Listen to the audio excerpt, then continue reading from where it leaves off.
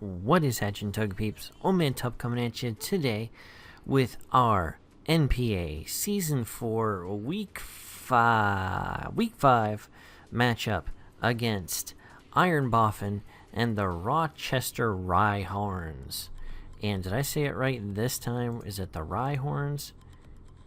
Rhydons. Yeah, that's what we're going with. So, let's take a look at the team he has that we need to prep for. He's got Terrakion, Sylveon, Blastoise, Spiritomb, Tauros, Sandslash, Megalatios, Magnezone, Blaziken, Tornadus Incarnate, and Victory Bell. Possibility for some Sun Fun there, as he does have the Victory Bell and a Chlorophyll Victory Bell. Could be quite interesting to see. On his team, one thing we'll notice that the fastest thing on his team is Tornadus I, which I believe has a base speed of 111, just inching out Megalatios, which just inches out Terrakion. So we have a huge speed advantage over his team with the likes of the glorious one, Mega Beedrill. So that's something to keep in mind. Mega Beedrill flat out outpaces his entire team, barring some Scarfers. So that's awesome. That allows us to not invest as heavily in speed, and you'll see that when we get to it. But first, the piece de resistance of the team, Mega Zygarde. Woof. I wish we got Zygarde complete. We have Zygarde's Snack form with Weakness Policy, Aura Break, Dragon Dance, Cells, Narrows, Earthquake, and Extreme Speed. Now you're saying, top, you only have ground coverage. Well, that's all I really need against his team.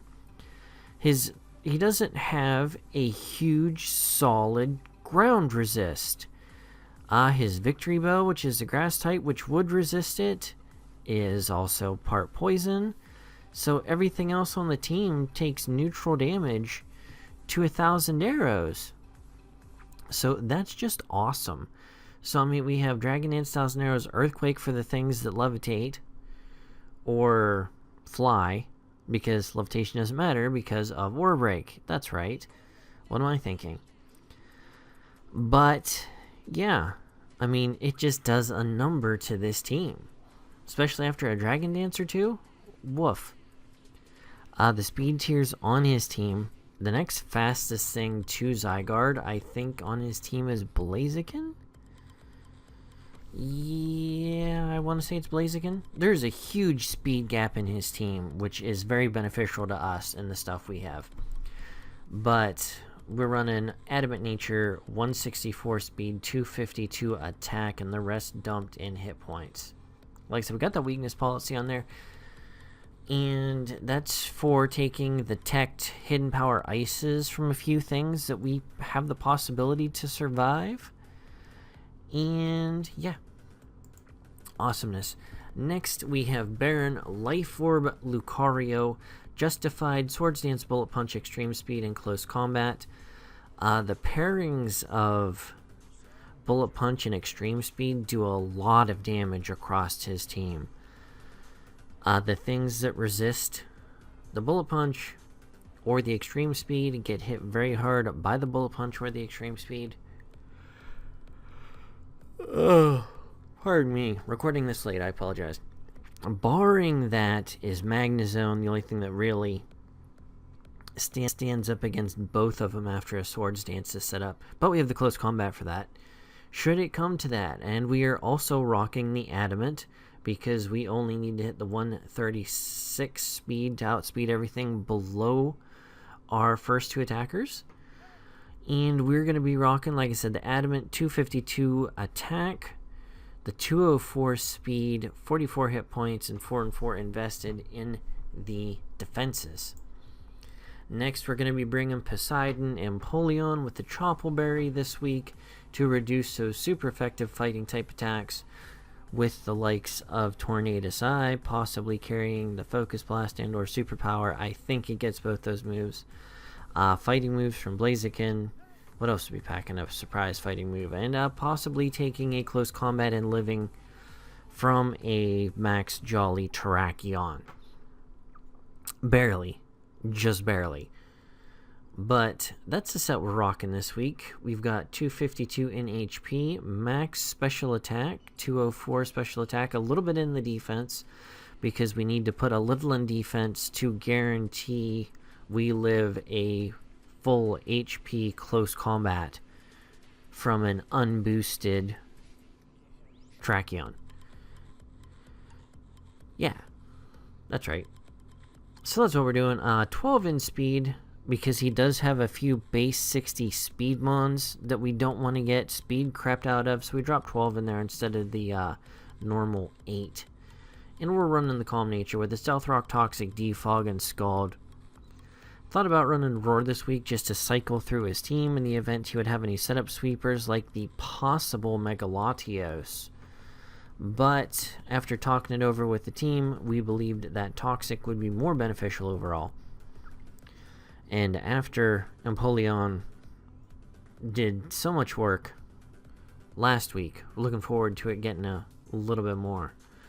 So next we're going to be going on to Flubber, our Reuniclus with the Leftovers Regenerator ability. The ability was really a toss-up this week. This is more or less just to come in, take hits, either switch back out and heal itself back up, or stay in, T-Wave something, paralyze something, slow it down, get it out of the way, because you know that's what paralysis does. Psychic, Shadow Ball, Focus Blast, really good damage across his team. Super effective against a ton of things that he has. So, max defense, 252 HP, 252 defense, bold nature. Just like I said, come in, soak up some of those physical hits, switch right back out. And that's awesome. And now, the pre-aforementioned, wow, the before aforementioned. I need to go to bed. Mega Beedrill, Bobby Roode, the glorious one. Rocking that Beedrillite, adaptability, U-turn, poison jab, drill run, and roost. The last move was kind of a toss-up. We thought possibly knockoff might have some benefit this week, just to catch some of the bulky switch-ins, get rid of the leftovers, and or possible healing items, as well as maybe catching something on the switch-in, expecting a U-turn, knock something off. Sandslash, very possibly to be rocking the Rocky Helmet and or Spiritomb, for that matter. Both good physical walls. And getting rid of that would be beneficial if you just want to U-turn all over the face of this team, which it looks like we're going to. So that's what we got. We got Adamant. As I mentioned, it doesn't have to get that much speed investment to outpace his entire team naturally. We got 252 in the attack, only needed 116 invested in the speed, and the rest we just dumped to make it a little more bulky boy. Last but not least, we got the Big Bird, Leftover Zapdos, static ability. Really love the fact that it gets static now. Heatwave, Hidden Power Ice, Volt Switch, and Roost just does a buttload of damage across his team. Not many things come in on a pair of these moves, which is just awesome. And as you can tell on the screen, we are going a little more offensive variant this week. We got the 252 modest max special attack. 124 in the speed, because as mentioned with our other guys that were over base 100, or at base, well actually they weren't even base 100, because Baron, yeah, they aren't base 100, what am I thinking?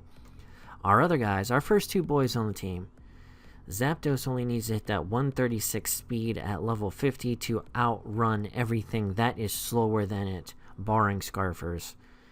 So that was awesome. That enabled us to put a little bit back into bulk to get 124 EVs in bulk, and a little bit in the defenses. But that is the team, guys. Let me know what you think of what we got going into this week with Iron Boffin. Very possible, like I said, that Victory Bell he has to have the Chlorophyll if he thinks we're going to be bringing Sunny Day Torkoal. Yeah, Sunny Day Torkoal. Drought Torkoal. and or some other things. Really thought about possibly adding Aromatisse and or the... oh, I just lost it. I had it. Aromatisse or Ditto. Just felt the things we have were a little bit more beneficial overall to the team.